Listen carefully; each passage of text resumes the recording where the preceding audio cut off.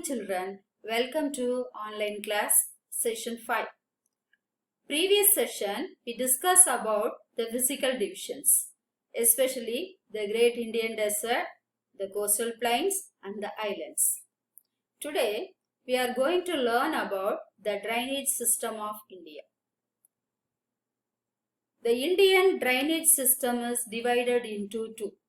They are the Himalayan rivers and the peninsular rivers. What is river? A river is a natural flowing watercourse, usually fresh water, flowing towards an ocean, sea, lake or another river. And what is the importance of river?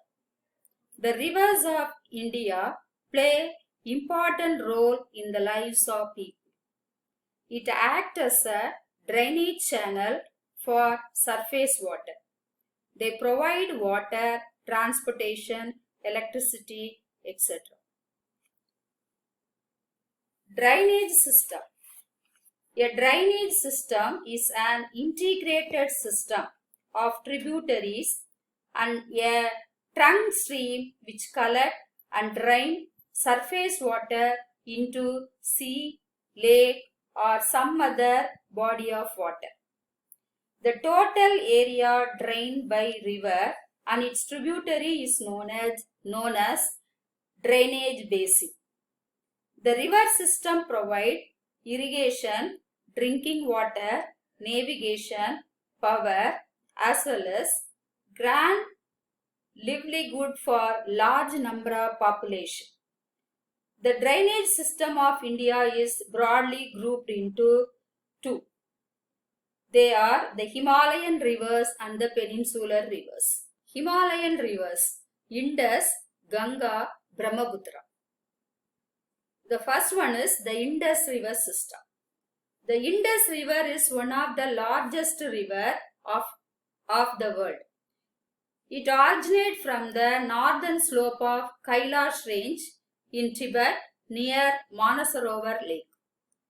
Its elevation is about 5,150 meter and its length is about 2,880 kilometer. The river flows through the Ladakh Zanskar range and create deep gorges. The river runs through Jammu and Kashmir, turns south near Chillar and enters to Pakistan. Its major tributaries are Jhelum, Chenab, Ravi, Beas and Sutlej. Finally, the river enters into Arabian Sea. So, this river drains into Arabian Sea. Second one, the Ganga river system. The Ganga river system is the largest drainage of India and it extends over an area of 8,61,404 square kilometer in India. And the Ganga plain is mostly densely populated place in India and many towns are developed on the banks of this river. The river Ganga originates as Bhagirathi from Gangotri glacier in Uttarkasi district of Uttarakhand state. And elevation of this river is 7,010 meter. The length of river Ganga is about 2,525 kilometer. The major tributaries from the north are Gomti, Gandak, Kosi and Gangra, and from the south are Yamuna is the largest tributary of Ganga. The other one is Son, Chambal, etc. River Ganga is also known as River Padma in Bangladesh. The combined river of Ganga and Brahmaputra creates world largest delta known as Sundarbans. Sundarbans is located in Bangladesh. And river Ganga drains into Bay of Bengal finally. The third perennial river is the Brahmaputra.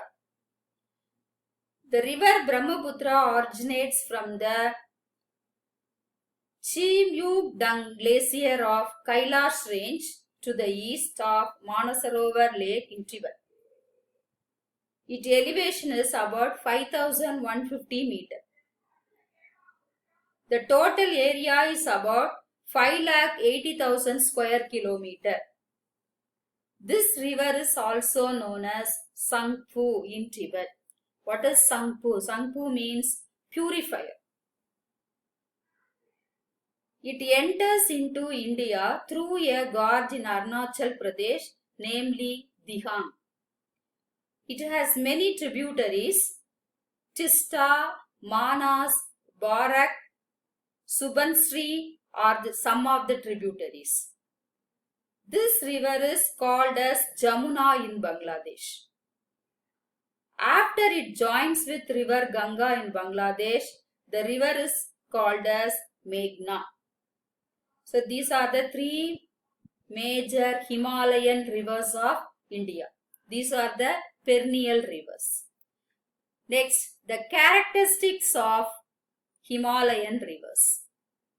Generally, they originate from the Himalayan mountain. It is long and wide. It is perennial in nature. It is unsuitable for hydropower generation. The middle and lower course are navigable. These are the major characteristics of Himalayan rivers. Next, the peninsular rivers. The rivers of South India are called as peninsular rivers. Most of these rivers originate from Western Ghats. These are seasonal rivers or non-perennial rivers. They have large seasonal fluctuation in volume of water as they are solely fed by rain. Based on the direction of flow, the peninsular river is divided into two. Number 1, the west flowing rivers. Number 2, the east flowing rivers. First, the east flowing rivers. The major east flowing rivers are Mahanadi, Godavari, Krishna, Kaveri. First one, Mahanadi. River Mahanadi originates near Shihava in Raipur district of Chhattisgarh and flow through Odisha. Its length is 851 km. The main stream of Mahanadi gets divided into several distributaries. All these distributaries are form the delta of Mahanadi. And this is one of the major largest delta in India. The Mahanadi empties its water in Bay of Bengal. Next, east flowing river is Godavari.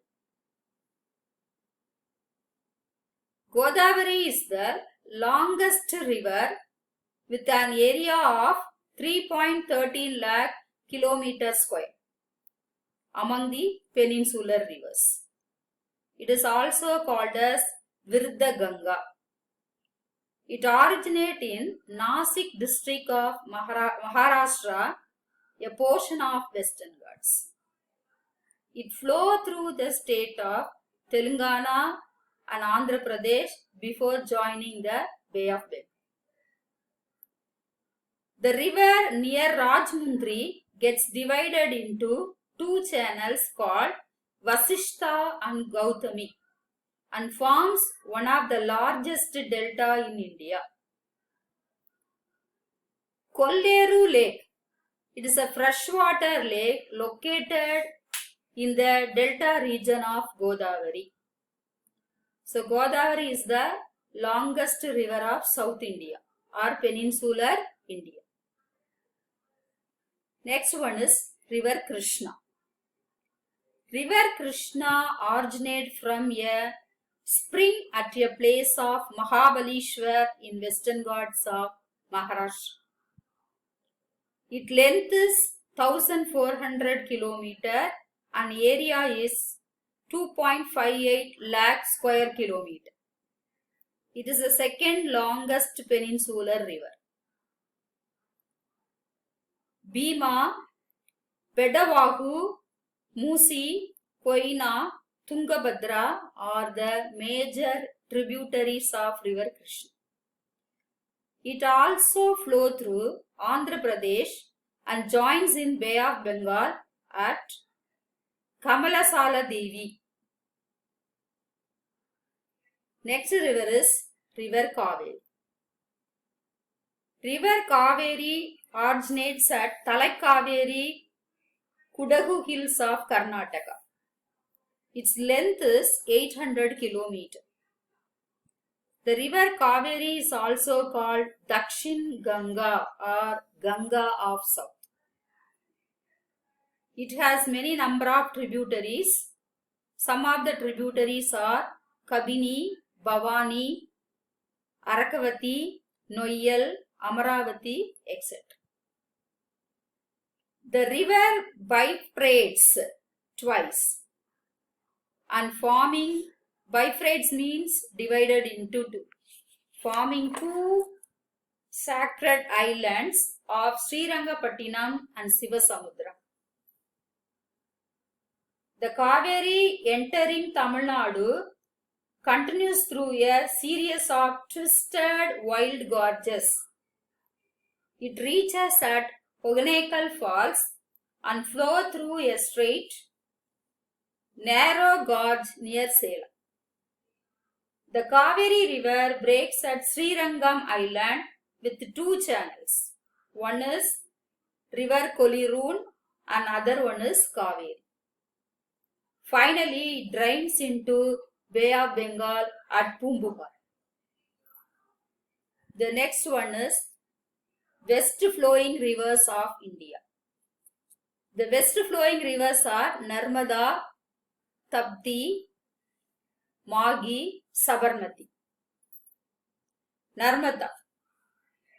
This river rises in Amarkantak Plateau in Madhya Pradesh at an elevation is about 1057 meters. And it flows for the distance of about 1312 kilometers. And it forms 27 kilometer long estuary before outfalling into the Arabian Sea. It is the largest among west flowing rivers of peninsular India. The major tributaries are Halon, Heron, Banchar, Shakar, Dava, Barna and Kola. Next important west flowing river, Tapti. The Tapti is one of the major river of peninsular India. And the length is about 724 kilometers. Tapti river rises near Multa in Beetal district of Madhya Pradesh. Its elevation is about 752 meters. It is only the three rivers in peninsular India that runs from east to west. It outfalls into Arabian Sea through the Gulf of Bombay. The major tributaries are Vaki, Gomi, Arnavati, etc. So these are the major west flowing rivers of India. So children, in the drainage system, there are two important divisions. One is Himalayan rivers, other one is peninsular rivers. So these are the major drainage system of India. That's all for today's class. We will see the next class with a new chapter. Thank you, children.